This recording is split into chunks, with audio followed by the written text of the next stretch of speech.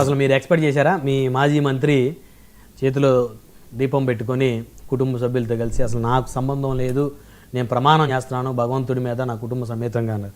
ఏమనిపించింది మీకు ఆ ఎపిసోడ్ చూస్తే? ఎక్స్పెక్ట్ చేసిందే సార్. ఎందుకంటే ఇప్పుడు వీళ్ళు ఈ కూటమి ప్రభుత్వం వచ్చిన తర్వాత గుడ్డగాల్చి మహానయటం, తిరుమల లడ్డూలో జంతువుల కొవ్వు, మళ్ళీ రిపీట్ చేసి చెప్తున్నా, కల్తీ నెయ్యి అంటాం వేరు, జంతువుల కొవ్వు అంటాం వేరు.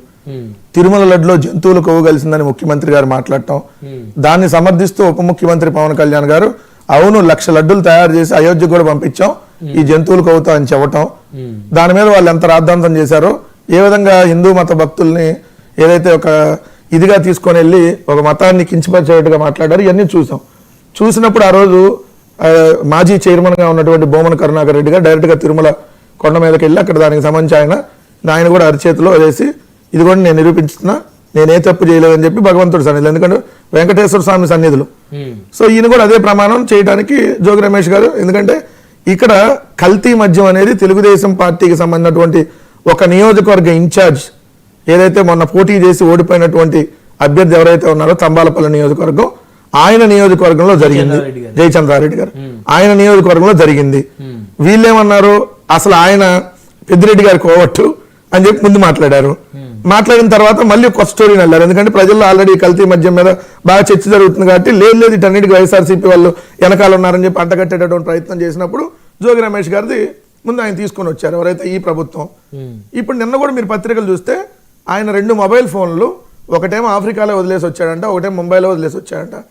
మరి వీళ్ళేమో చాటింగ్లని లేదంటే ఏదో ఫోటోలని వాళ్ళతో వీళ్ళతో చాటింగ్లని వీళ్ళు రిలీజ్ చేస్తున్నారు. మరి ఎక్కడి నుంచి వస్తుంది? సో ఇదంతా ఒక కట్టు కదా. ఏదైతే ఇక్కడ జోగి రమేష్ గారికి అసలు జనార్దన్ రావు గారికి పరిచయం ఉండొచ్చు, ఒకే కాలనీలో ఉంటుంది. సో దానికి కల్తీ మద్యానికి దీనికి జోగి రమేష్ గారికి సంబంధం లేదనేది ఆయన మొదటి నుంచి చెప్తా ఉన్నారు. దానికి సంబంధించి ఆయన ఈరోజు ప్రూవ్ చేసుకున్నారు.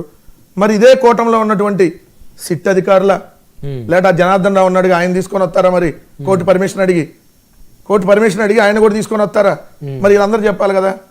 సో దీన్ని ఏమంటారు, ఇది అసలు పొలిటికల్ యాంగిలే కాదంటారు మహేష్ గారు. నాకు ఆశ్చర్యం కలిగింది, పొలిటికల్ యాంగిల్ కాకుండా ఎట్లా అయింది అంటే ఆయన ఏమన్నారంటే కోర్టుకి ఎమోషన్స్ తో పని లేదు, ఎవిడెన్స్ తోనే పని అనేది వారు అంటారు. చెప్పండి సార్, 16 నెలల క్రితం మా మీద ఇల్లు ఆరోపణలు చేశారు.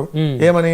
మద్యంలో ఏదో కుంభకోణం జరిగిపోయింది, 3,500 కోట్లు కుంభకోణం, అదిగో డబ్బంతా బెంగళూరులో దాచారు, అదిగో డబ్బులంతా తాడేపల్లి ప్యాలెస్ లో, అదిగో మొత్తం రాజకేశ్వర రెడ్డి దగ్గర, అదిగో మొత్తం ఆ 11 అట్టపెట్లో 12 ఏది ఆయన ఎవరు, ఆయన పేరు చిత్తూరు జిల్లాకు చెందినటువంటి మన చెవిరెడ్డి భాస్కర్ రెడ్డి గారికి కనపడింది, వెంకటేష్ నాయుడు. అవును, డబ్బులు కట్టలు పెట్టి అవుతున్న వీడియో కాల్ మాట్లాడింది కూడా. రియల్ ఎస్టేట్ వ్యాపారం డబ్బులు, ఓకే రియల్ ఎస్టేట్ వ్యాపారం చెప్పారు. అసలు ఆ ఫోనే ఓపెన్ చేయలేదు మొన్నటిదాకా వాళ్ళు. మొన్న కోర్టు పర్మిషన్ ఇచ్చింది ఫోన్ ఓపెన్ చేసుకోవడానికి. సరే వాళ్ళ భార్య కంప్లైంట్ చేసింది, మా ఆయన ఫోన్ ఓపెన్ చేయకుండా వీళ్ళు చేశారని చెప్పి చేస్తున్నారని చెప్పి.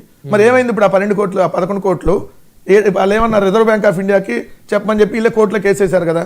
మరి ఆల్రెడీ 3 నెలలు అయింది, అది ఏమైంది? మీరే చెప్తున్నారు. రోజు ఆరోపణలు, గుడ్డగాల్చి మహానేయటం, జైల్లో పెట్టేయటం, కేసులు పెట్టేయటం, అరెస్ట్ చేయటం, తర్వాత వెళ్ళి ఆడ కోర్టు ముందు చేతులు కట్టుకోవడం ఈ పోలీసు వాళ్ళు. సిట్ అంటే ఏంటి? స్పెషల్ ఇన్వెస్టిగేషన్ టీం పేరుకి. కానీ ఇక్కడ సిట్ ఏంటి? CIT SIT, Chandrababu Naidu investigation team. So ఎవడో జగన్మోహన్ రెడ్డి గారు అధికారంలో ఉన్నప్పుడు సరే ఉంటే మీరు చెప్పండి. నేనేమన్నాను, ఇదిగో మీరు పలానా తప్పుడు కేసు పెట్టారు, ఇప్పుడు ఎందుకు? నేను ఒకటే సింపుల్గా మేము 2 అంశాల మీద సిబిఐ ఎంక్వైరీ అడుగుతున్నాం, పైన కూడా మీరే అధికారంలో ఉన్నారు. ఒకటేంటి, మీరు మా మీద ఆరోపణలు చేసినటువంటి మద్యం కుంభకోణం, దానికి మేము సిబిఐ ఎంక్వైరీ సిద్ధంగా ఉన్నాం, ఇవ్వండి. లేదు 2014 నుంచి ఇప్పుడు 25 దాకా అంటే చంద్రబాబు నాయుడు గారి పరిపాలన, జగన్మోహన్ రెడ్డి గారి పరిపాలనలో జరిగినటువంటి మద్యం అమ్మకాలు, మద్యం పాలసీ, మద్యానికి సంబంధించినటువంటి బ్రాండ్లు, ఏది మీరు అన్న ఏ స్పెషల్ స్టేటస్లో ఏదేదో ప్రచారం చేశారు కదా, అన్నిటి మీద సిబిఐ ఎంక్వైరీకి మేము సిద్ధం. మీరు ఎందుకు భయపడుతున్నారు? 2 ఇప్పుడు కల్తీ మద్యం విచ్చలవిడిగా రాష్ట్రంలో ఏర్లై పారుతుందని తెలుసు. సాక్షాత్తు తెలుగుదేశం పార్టీ అధికార పత్రికలు ఏం రాస్తున్నాయి, ఒక్క తంబాలపల్లి నియోజకవర్గంలోని 1000 బెల్ట్ షాపులు ఉన్నాయని రాశారు. మరి ఏ ఒక్క బెల్ట్ షాప్ మీద ఎందుకు చర్యలు తీసుకోవాలి అప్పటి వరకు? ఇదే కొలికిపూడి శ్రీనివాసరావు గారు ఎమ్మెల్యే నారాయణ స్కూల్ పక్కన ఉన్న బెల్ట్ షాప్ దగ్గరికి వెళ్ళారు, మీరు చూసారు కదా, మనం డిస్కస్ చేసాం. విచ్చలవిడిగా ఏర్లై పారుతుందన్న సంగతి రోజు పత్రికలు మనం చూస్తున్నాం. మీ నియోజకవర్గంలో కూడా ఉన్నాయి, ఆల్మోస్ట్ ఆ నియోజకవర్గంలో కూడా ఉన్నాయి. చెప్పాలంటే అక్కడికక్కడ విచ్చలవిడిగా పారుతున్నాయి. మరి ఏం చర్యలు తీసుకున్నారు? 2